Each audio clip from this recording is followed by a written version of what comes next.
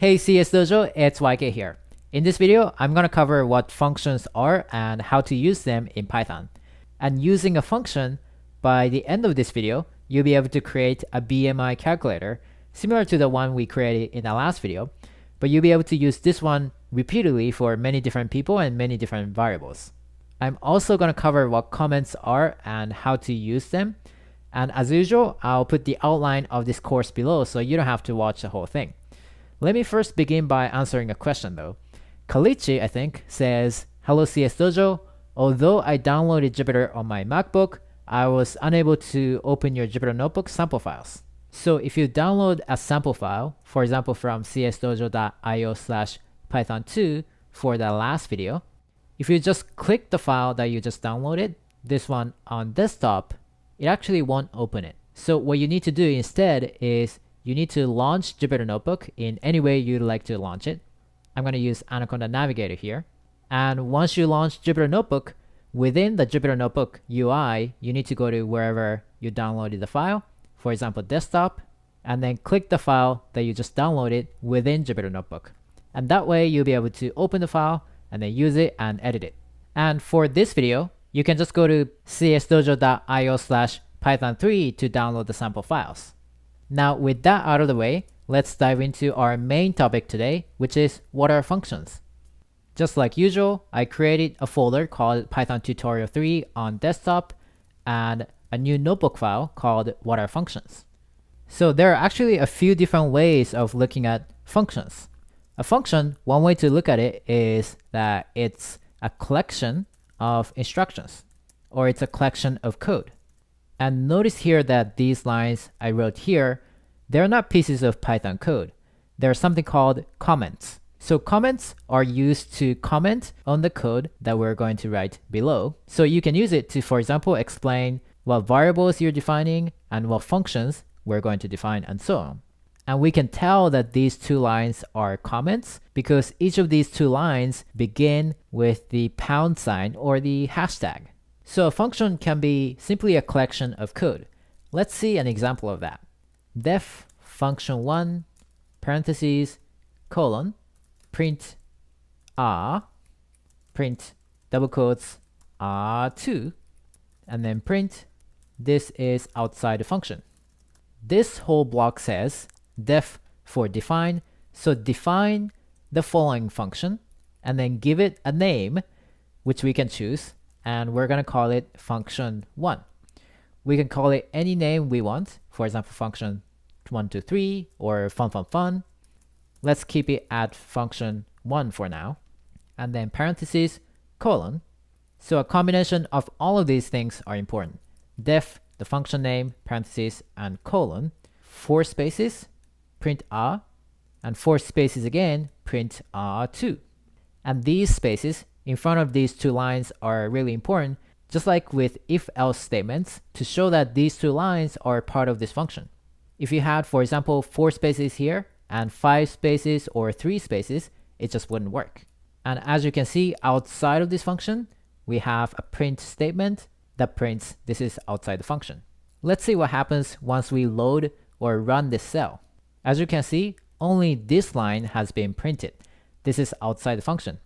What happened was this function called function1 has been defined as a collection of code, these two lines of code, print r and print r2, and after that's done, this line has been executed. So these two lines of code, print r and print r2, will not be executed, will not be run until we use this function, or we call, as we say, this function. To use this function or to call this function, you can just write function1, open parentheses, close parentheses, and that's it. When you run this cell, what's going to happen is these two lines of code will be executed for the first time. So r and r2 are printed here. And the nice thing about functions is that you can reuse them over and over again. So you can write function1 over here again, and actually you can even use it twice in the same cell. And so when you run this cell, function1 is executed twice, and these two lines of code are executed twice as well. So let's run the cell and let's see what's going to be printed. As expected, we see r2 twice. Okay, in addition to being a collection of instructions or a collection of code, a function can also be a mapping. So let's take a look at an example of that. Def function2 parentheses x colon return 2 times x or 2 star x. This means define a function called function2, which is going to take the input or an argument, and that argument we're going to call it x, and in return to whoever called this function, we're going to return 2 times x. So we're mapping the input x to the output 2 times x. Execute this cell, and to use this function or to call this function, you can write a equals function2 parentheses 3. And this says as an argument, use 3 and call this function function2. And once this expression is evaluated, function2 parentheses 3 will return 2 times x, in this case 2 times 3, which is 6, and then that number 6 will be assigned to the variable a, and that number 6 is called a return value or output. Let's see if this expression works by running the cell and by printing a. And we should see 6, and we do. Okay, let's try using this function a few more times. If you write b equals function2 parentheses 4, function2 of parentheses 4 should return 8. So once we print b, we should see 8, and we do. And if you write c equals function2 of 5, and then if you print c, you should see 10. And what if you try to call this function without any arguments? So if you write d equals function2 parentheses with nothing inside, let's try running it. It'll actually give us an error saying function2 missing one required positional argument, x. So this was an example of a function that maps one argument to a return value. Is it possible to have multiple arguments in a single function? The answer is yes. For that, you can write def function3 x comma space y colon, and then let's write return x plus y. This means let's define a function called function3, and then this function is going to take 2 arguments, x and y, and return x plus y. Let's load this function by running the cell, and let's write e equals function3 parentheses 1 comma space 2. So function3 1 comma space 2 should be evaluated to 1 plus 2, which is 3. So once we print e, we should see 3. Okay, so we saw 2 different ways of using a function so far. The first one was as a set of code or a collection of code, and then the second one was as a mapping. Now, it's even possible to combine them both together. Let's see how that works with this function, function4 of x colon 4 spaces as usual, print x, print double quotes still in this function, and then return 3 times x or 3 star x. This function basically says take the argument x and then print x and print this string still in this function, and then return 3 times x to whoever called this function. Let's run this cell, and let's try calling this function with f equals function4 parentheses 4. So what's going to happen here is when this expression is evaluated, function4 4, we go to this line. So x is printed, so that means 4, the number 4 will be printed, and then this string still in this function will be printed, and 3 times x, which is 12, will be returned to this expression. So that will be assigned to f. So once we run this cell, you see that 4 and still in this function are printed, and once you print f, you should see 12. Okay, let's see another example of a function. Def define function 5 parentheses sum underscore argument colon 4 spaces, print sum argument, and then print we in double quotes. Let's run this cell to load the function, and of course you can call this function with function 5 4. Let's run this cell, and then we see that 4 is printed because we have some argument being printed, and this string, is also printed. So one thing to note here is that even though function 5 is given an argument, we don't have a return value. It's actually technically possible to say f equals function 5 of 4 to assign whatever is returned from function 5 to f, but there isn't much of a point because we don't have any return statement here. Okay, let's now create a BMI calculator here. And let's say we have 3 people here.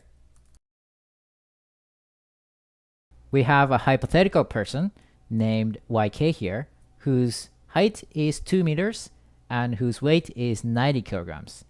And here we have YK's sister, whose height is 1.8 meters and whose weight is 70 kilograms.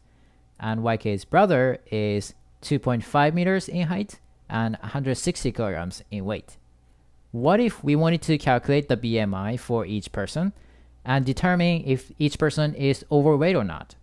We can do this by writing a simple function. Let's call this function BMI underscore calculator.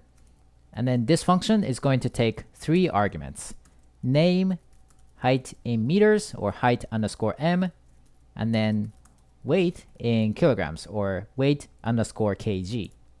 In this function, write BMI weight underscore kg divided by height underscore m double star sign 2. So this says, of course, height in meters squared. And what we could do is we could return BMI here, but let's do something a little bit different here. We're going to write print double quotes BMI and then print BMI. So this is going to print the BMI of the given person. And then if the BMI is less than 25, this person is not overweight. So we could return not overweight, but to show this person's name, you can just write name plus not overweight. So the assumption here is that name is a string, and when you have 2 strings, you can concatenate them together with name plus double quotes not overweight. And then let's write else colon return name plus is overweight. And note here that there are 8 spaces here because this else statement is in the function BMI calculator, and then this line is in the else statement within the BMI calculator function. So let's run this cell, and then let's write result 1 equals BMI calculator parentheses name 1 height underscore m1 weight underscore kg1. So this is for the first person, and let's do the same thing for the second person and the third person. Let's run this cell. So here we see the BMI for the 3 people, 22.5 for the first person, 21.6 for the second person, and 25.6 for the third person. And to get the result, we can print result 1, result 2, and result 3. And then we see YK not overweight, YK's sister not overweight, YK's brother is overweight. Actually, we forgot to put is before not, so let's fix that. Go back to the function and then put is here. Run this cell again to update the function, and then run this cell below that, and then let's try printing the results again. Okay, it's fixed. So YK is not overweight, YK's sister is not overweight, and YK's brother is overweight. Okay, now I have a little task for you. Create a function called, let's say, convert, that converts miles into kilometers. So you should be able to call your function just like this, with a function called convert, which takes miles as the argument and returns kilometers as a return value. And here you can use this formula, kilometers equals 1.6 times miles. Okay, if you want to get the answer to this question, just go to csdojo.io/python3 to download the sample file. And you can subscribe to my newsletter by going to csdojo.io/news to make sure you don't miss my future tutorials. I'm YK from CS Dojo, and I'll see you in the next video.